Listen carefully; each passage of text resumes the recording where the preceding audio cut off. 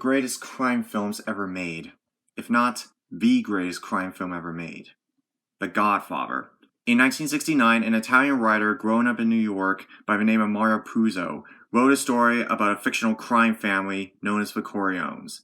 2 years later, it would become the most famous crime film ever made. It's hard not to understand why The Godfather has become so beloved over the years. A film that dealt with themes of corruption, deceit, loyalty, betrayal, family, revenge, and the life of Italians growing up in America. These films had memorable, iconic characters, great storylines, and an earworm of a music score. The first two films alone are considered some of the best crime films of all time, if not some of the best films ever made. They were so beloved that they took home 9 Oscars in total, both won Best Picture. The Godfather Part 3 in 1990 had its mixed reactions. Some people enjoyed it, and some people said it was not necessary. Wherever you stand, there is no denying that the Godfather trilogy are considered some of the best trilogies of all time, ranking up there with the original Star Wars trilogy, Back to the Future, Indiana Jones before Indiana Jones and the Kingdom of the Crystal Skull. These movies were not just crime films. They were epic crime films, in the same way that Star Wars was not just another sci-fi film. These were space operas. In the same way that Indiana Jones weren't just adventure movies. They were epic adventure films. Lord of the Rings, epic fantasy series. You get the idea. The point is that The Godfather has become beloved by film fans, film historians, and critics. There is a reason that The Godfather is still talked about 50 years after its initial release. When The Godfather was published in 1969, everybody wanted to read it. Everybody wanted it. And a lot of screenwriters wanted to bring it to the screen. However, it felt it was best for Mario Puzo, who wrote the original novel, bring it to the screen. Paramount wanted to produce it, but the problem was that by the time The Godfather was greenlit, crime films were already on their way out. Yes, it is true that Bonnie and Clyde brought back the crime genre temporarily, but unfortunately it simply wasn't enough. And even when Paramount Pictures acquired the rights to The Godfather, they wanted total control over how the film was made and directed.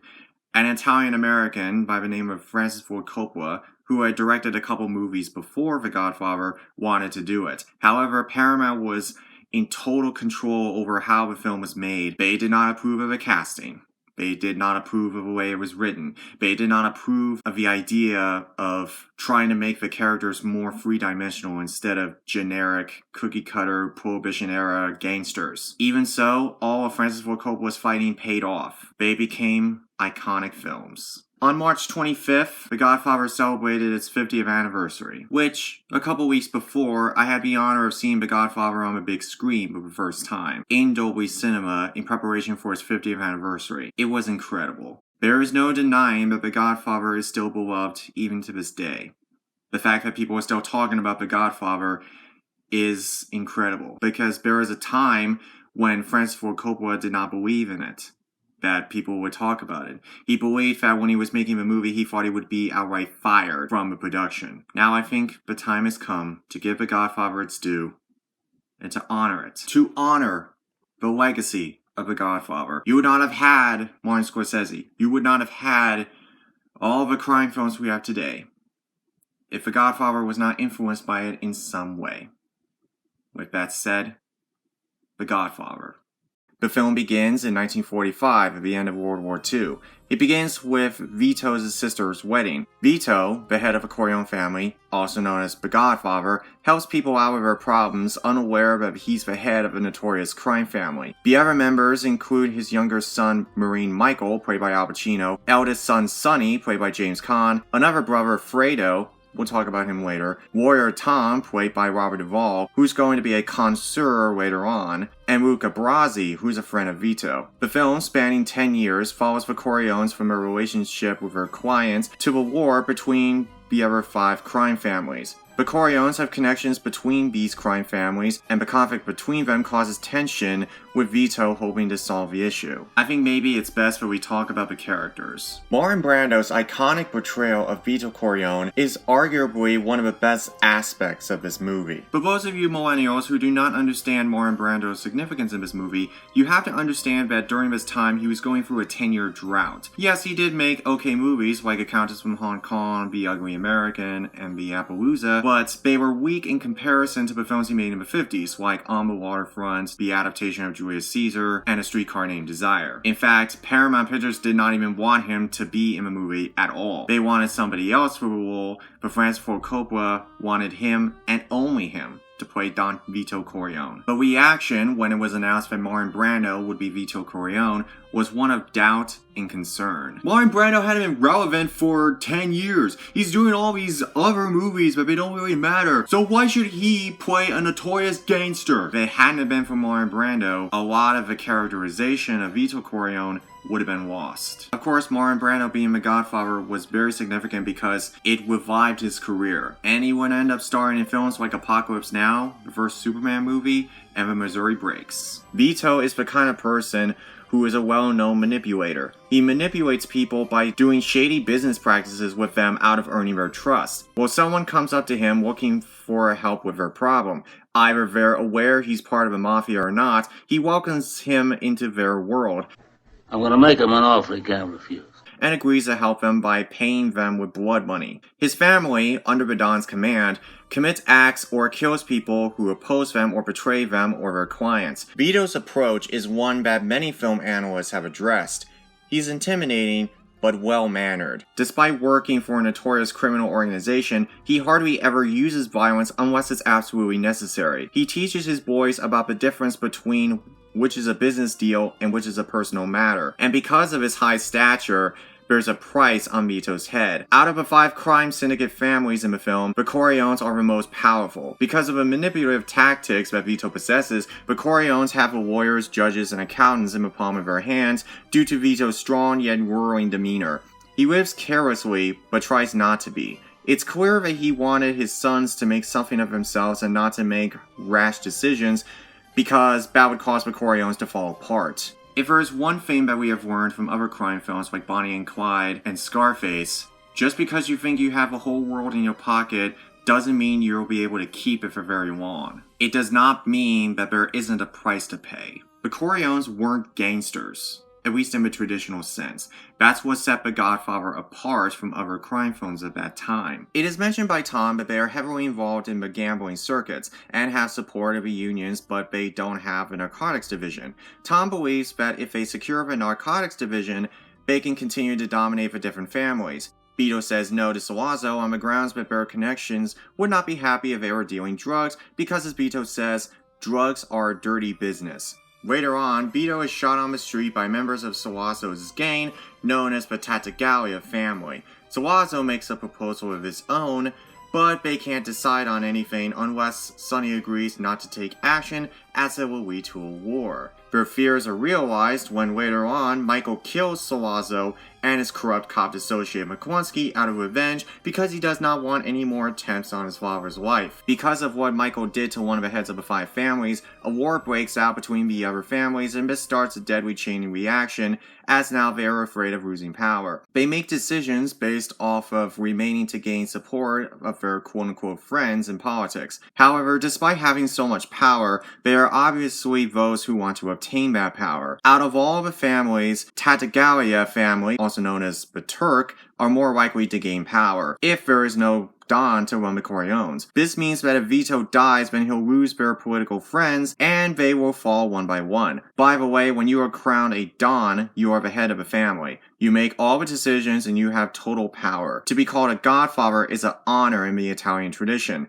That theme will become apparent later on. Michael, the youngest, is new to the world of business dealings. It's clear that he has the capacity to be the head of a family, but he possesses one thing that Vito doesn't have. Under his shy yet quiet appearance, he hides something far more sinister. I am not going to reveal too much of Michael's character in this one video, But there is one thing I will say about his character. As a person, he is a quiet individual who ignores the woman he is supposed to love, makes calculated decisions without thinking twice, and when he commits himself to helping his father, he is willing to do anything that will keep their family in power. Once Michael decides that he will do anything to protect his father, he steps away from his world as well. After the famous diner scene, which we'll talk about later, he is forced to hide in Sicily until the whole thing blows over. It is here where he not only ignores his girlfriend Kay, played by Diane Keaton, but he meets a woman there, marries her, and then sometime later, he loses her. In the beginning, he's oblivious to their family's business dealings, and everyone around him makes sure of that. But when Vito's wife is in danger,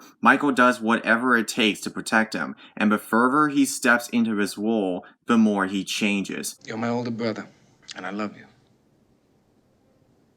But don't ever take sides with anyone against the family again. His brothers sometimes treat him like he's not capable of doing a job. He has plans on turning the Corleones into a legitimate organization, and to do that, he takes the reins and becomes more ruthless than his father ever was. More of that when I talk about part 2. There is an obvious connection between knowing what's a personal dealing and what's a business dealing. Every action that the Corleones make is based off of 2 reasons: personal and business. It's a yin-yang effect in which, depending on what character you are studying, they are making deals based off their personal agendas or feelings, or they make negotiations because they want exchange from the other members of the criminal underworld. They make it clear that violence should be the last option, not the first. But when Michael takes over, then the plans change. Every action that the Corleones take has to be taken with absolute caution. The reason for this is obvious.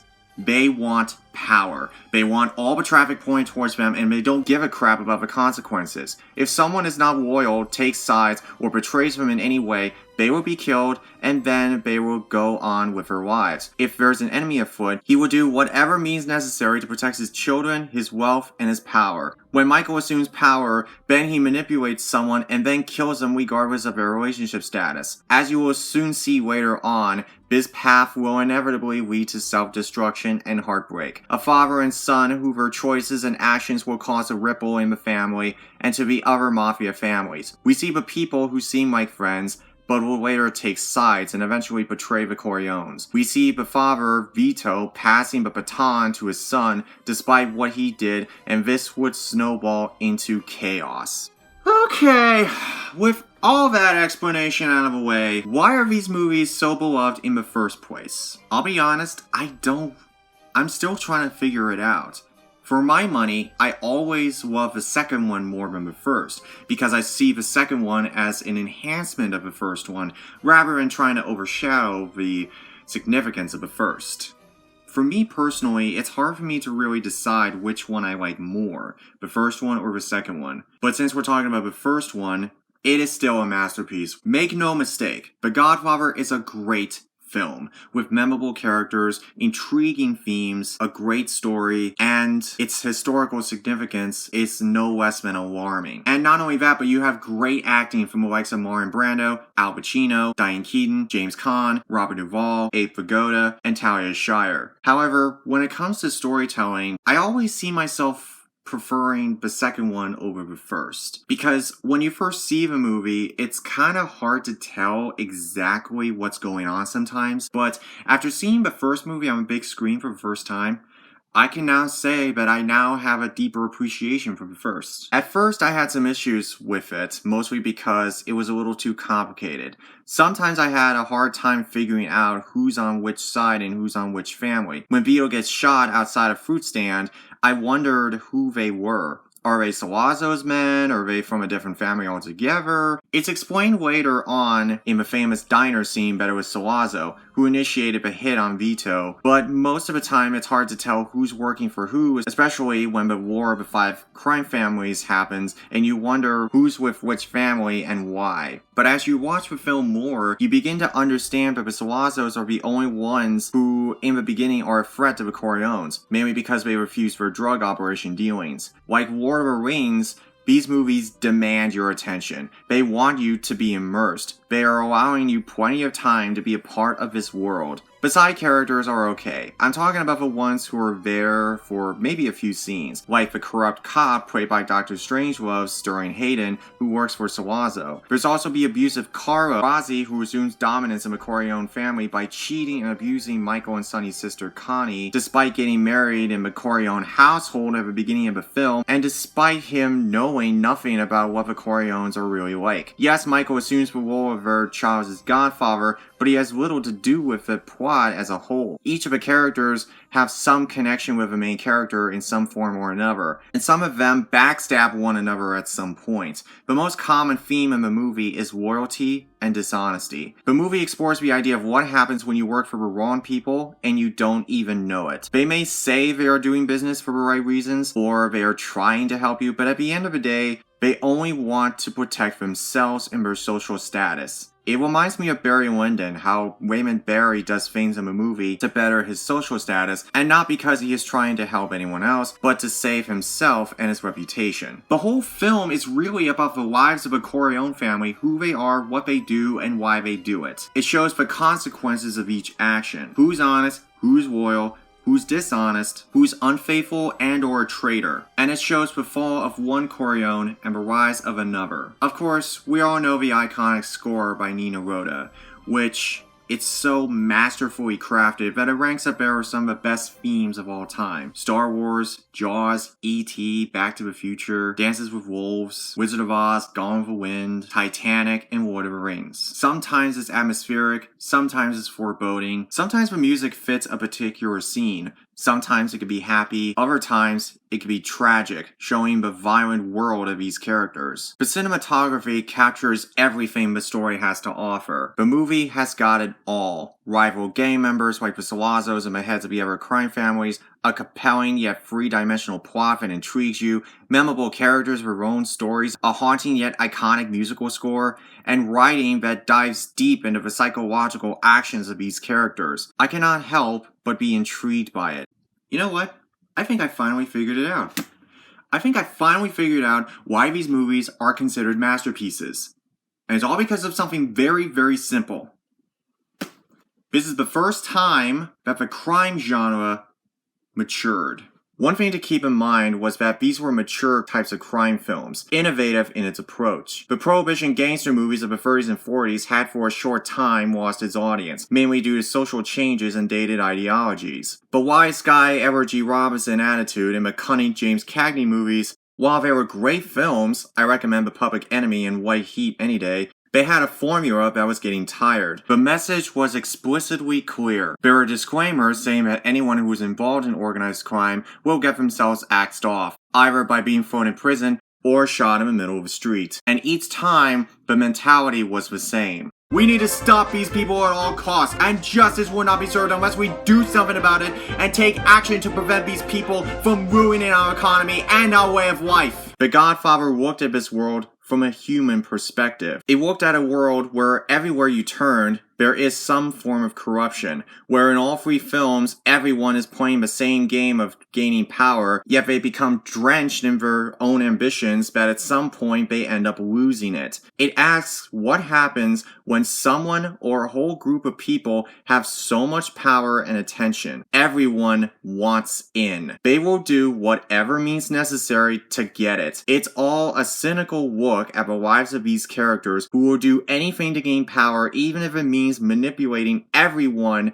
to get what they want. There are those who don't want power and instead want trust, like the man who saw his daughter beaten and the courts did little to put away the men responsible, or the singer who wanted the role in a movie. They may not be corrupt, but they turn to the person who they assume they can trust, but might not automatically realize that they are the last person they should go to. This is a world all its own, distant from any other crime film past or present. It showed a world where every male character is either corrupt or working for someone who's corrupt or has lots of power. There's one scene that sums up the intentions of the characters in this movie. There's a brilliant scene where Michael returns to New York to see Kay after what happened in the diner and in Sicily, and he compares his father to other powerful men like politicians, to which Kay says, You know how naive you sound. Why? Senators and presidents don't have men killed. Oh. Who's being naive, Kay? Now let's look at this movie from a filmmaking point of view. The cinematography is beautiful.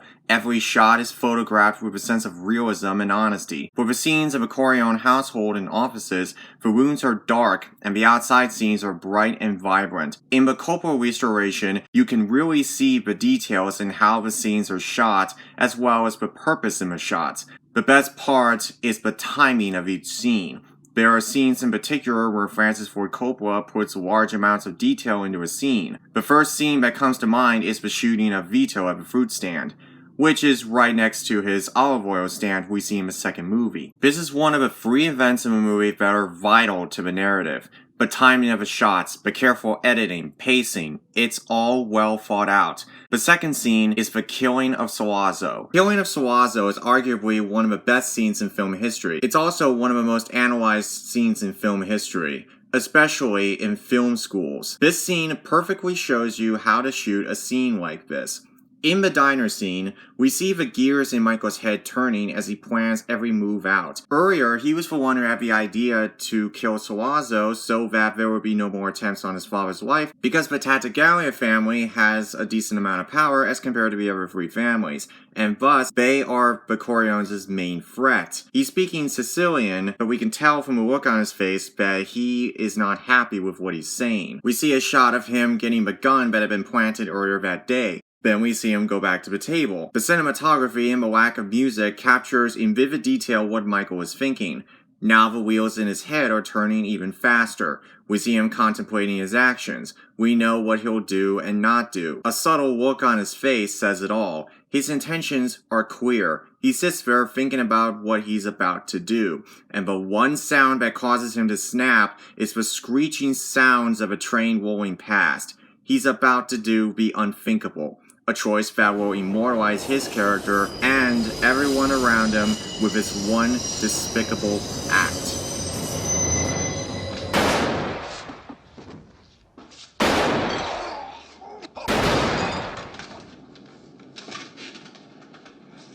By the way, that one scene saved the entire movie from being shut down by Paramount. If it hadn't been for that scene, Francis Ford Coppola would have been fired and the movie would have been taken over by some other director. The line delivery is not obvious. Instead, the dialogue is performed in a realistic way. That is why these movies feel real, because you believe the characters, who they are, what they do, and why they do it, and how their relationship impacts the lives of the other Corleones or the other people they deal with. Actually, I have been reading the original novel, and I've also been listening to the audiobook while I've been working on this video, and I noticed how similar the novel is to the movie.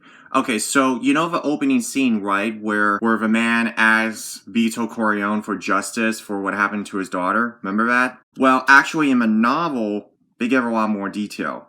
Not only is he a undertaker, but he was the one who witnessed the trial. Okay, so let me read you a little bit. This is the first thing you see. Amatero Monastery sat in New York Criminal Court number 3 and waited for justice. Vengeance on the man who had so cruelly hurt his daughter, who had tried to dishonor her. The judge, a formerly heavy-featured man, rolled up the sleeves of his black robe as if to physically chastise 2 young men standing before the bench.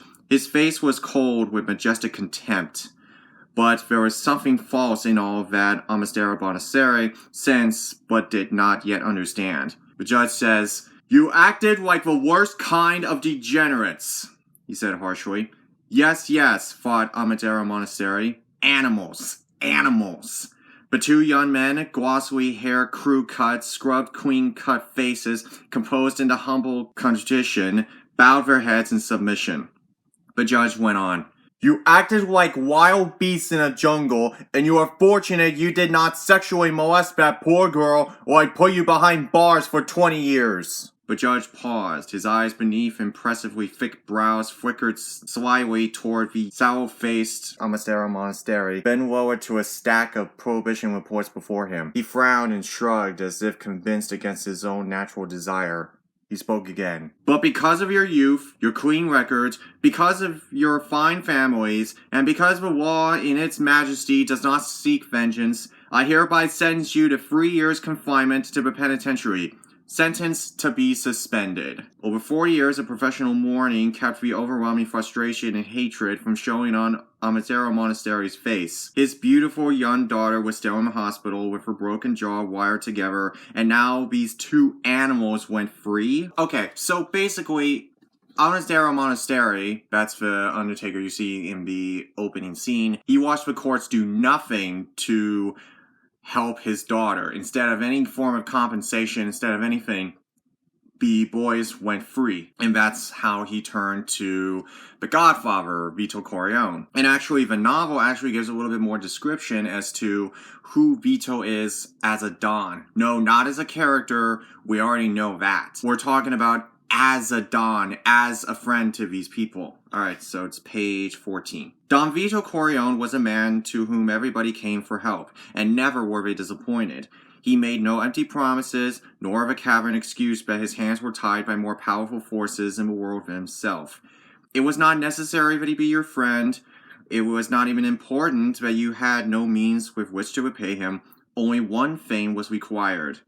That you yourself, proclaim your friendship. And then, no matter how poor or powerless the supplicant, Don Corleone would take that man's troubles to his heart. And he would let nothing stand in the way to a solution of that man's woes. His reward? Friendship. The respectable title of Don. And sometimes the more affectionate salutation of Godfather.